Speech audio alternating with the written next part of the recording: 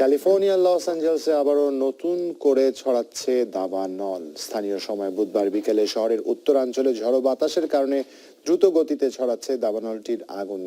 নিয়ন্ত্রণহীন এই দাবানলে মাত্র 2 ঘন্টায় পুড়ে গেছে 5,000 একরের বেশি এলাকা। তবে এখনো কোনো স্থাপনা ক্ষতিগ্রস্ত হয়নি। ঝুঁকি বিবেচনায় অবশ্য এরই মধ্যে অনেক বাসিন্দাকে নিরাপদে সরে যাওয়ার নির্দেশ দেওয়া হয়েছে। এদিকে ক্যালিফোর্নিয়ার দক্ষিণাঞ্চলের ভয়াবহ দাবানল নিয়ন্ত্রণে এলেও এখনো রেড ফ্ল্যাগ জারি রয়েছে। বাতাসের তীব্রতা বেশি থাকায় এখনো আগুন ছড়িয়ে পড়ার ঝুঁকিও রয়েছে।